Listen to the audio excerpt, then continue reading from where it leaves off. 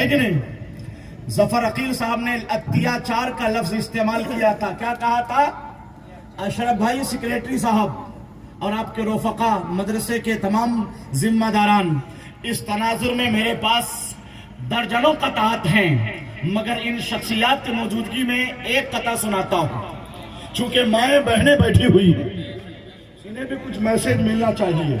اس وقت سے چائے نہیں آئی ہے، اور جب میں مائک پہ آیا تو لگتا ہے لوگوں کو وہ قطعہ سننا ہے کہ آدمی بھی کمال کرتا ہے، چائے پی کر خلال کرتا ہے، جس کو آتا نہیں ہے بسم اللہ وہی مرغا حلال کرتا ہے. ماشاءاللہ بیدار ہو گئے تو رکھیے گا چائے بچا کر. چائے کی وجہ سے قطع نہ آپ حضرات پی جائیں اس کے ساتھ. آدمی کو چائے پینی چاہیے لیکن اس میں تھوڑی چینی چاہیے. پاؤں نیچے کر لیجئے، بیدار ہو جائیے. مائیں بہنوں کے لیے قطع ہے کہ کھنکنے والی سبھی چوڑیوں کا کیا ہوتا. اب سبحان اللہ بھی نہیں کہیں گے تو میں فضول کا قطع کیوں سناؤں گا؟ میں تو سیکریٹری صاحب کے توسط سے تمام کوئنی کے نوجوانوں کو یہ قطع سنانا چاہتا ہوں کہ کھنکنے والی سبھی چوڑیوں کا کیا ہوتا. بتاؤ ہاتھوں کی ان مہدیوں کا کیا ہوتا.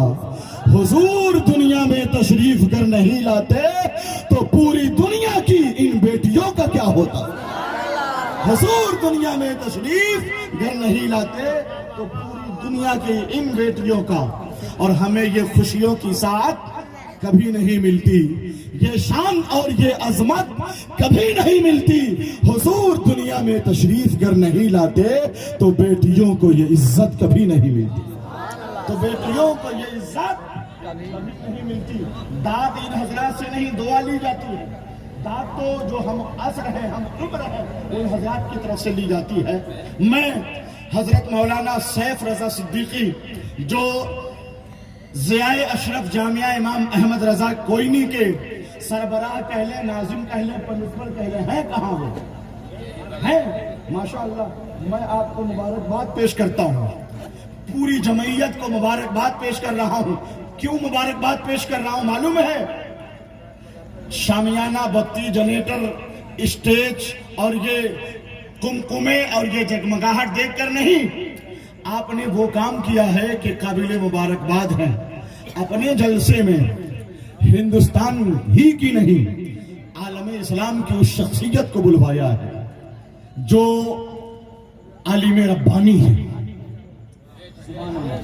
اہل سنت و جماعت کے جلیل القدر عالم دین ہے، علوم اسلامیہ پر گہری نظر رکھنے والے دانشور اور محقق ہیں.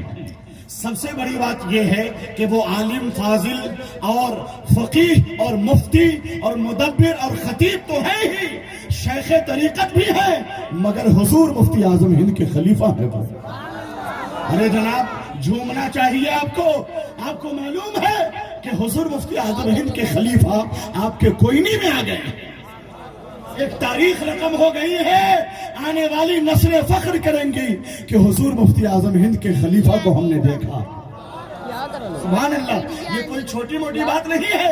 آسانی سے حضرت نے تاریخ دے دی. ظفر عقیل صاحب کی توسط سے حضرت آ گئے، مگر علماء سے پوچھیں، ہندوستان بھر کے تمام فقہا سے پوچھیں، علامہ صبغت اللہ صاحب سے پوچھیں، علامہ غیاث الدین صاحب سے پوچھیں کہ آنے والی شخصیت کا علمی مقام کتنا بلند و بالا ہے.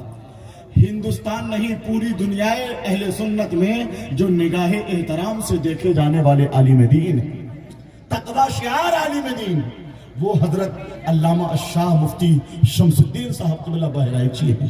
میں تو کہتا ہوں کہ محمد مصطفیٰ کی نعت کے شوقین آئے ہیں، دل عاشق کو دینے کے لیے تسکین آئے ہیں. یہ جلسہ کامیابی کی طرف جائے نہ کیوں گوہر، ہمارے جلسے میں جب مفتی شمس الدین آئے. تو میں چاہتا ہوں کہ نظامت وقت کو ضائع نہ کیا جائے. مولانا سیف رضا صاحب، آپ کو میں حضرت کے ذریعے ایک پھول کا ہار پہناؤں گا. ہار اس کے لیے نہیں ہوتا ہے جو ہار جاتا ہے، ہار اس کے لیے ہے جس کے مقدر میں جیت ہے، فتح و نصرت ہے. آئیے ادھر آ جائیے. آپ نے چھوٹا موٹا کام نہیں کیا. بظاہر لگتا ہے کہ بہت بڑا جلسہ نہیں ہو، لیکن یہ چھوٹا موٹا جلسہ نہیں ہے. حضور مفتی شمس الدین صاحب قبلہ حضرت بھی بلا رہے ہیں، علامہ صبغت اللہ مصباحی صاحب قبلہ.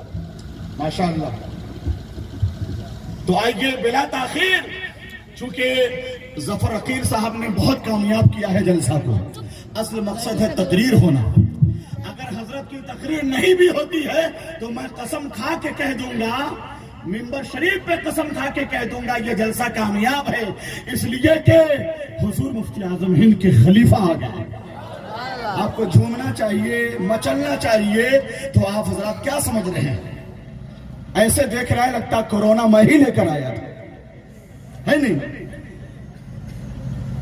قسم خدا کی ہرا گلشن امید ہوا، اجالا میری نگاہوں میں وقت دید ہوا، اسے نہ جنتی بولوں تو اور کیا بولوں، حضور مفتی اعظم سے جو مرید ہوا۔ اور جن حضرات کو بیعت کا شرف حاصل کرنا ہے، اگر مرید ہونا ہے تو ڈائریکٹ فیضان بریلی کشید کرنے کے لیے دستے مقدس میں آپ ہاتھ دے دیجئے، علامہ مفتی شمس الدین صاحب کے نہیں، غوث اعظم کے غلام بن جائیں۔ سبحان اللہ سبحان اللہ، یہ حسین موقع ہے، مفتی اعظم ہند کا فیضان اس بارگاہ سے آپ کو ملے گا۔ تو آئیے استقبال کیجئے، ہاتھ اٹھائیے تو کتنے لوگ پوری تقریر سنے بغیر چلے جائیں گے؟ وہ لوگ ہاتھ اٹھائیے۔ کتنے لوگ پوری تقریر سنیں گے؟ ہاتھ اٹھائیے نا بھائی، ڈر کیوں لگ رہا ہے آپ کو؟ نعرہ تکبیر! اتنی کم آواز ہے آپ کے پاس، کھانا آپ نے نہیں کھایا ہے کیا؟ جی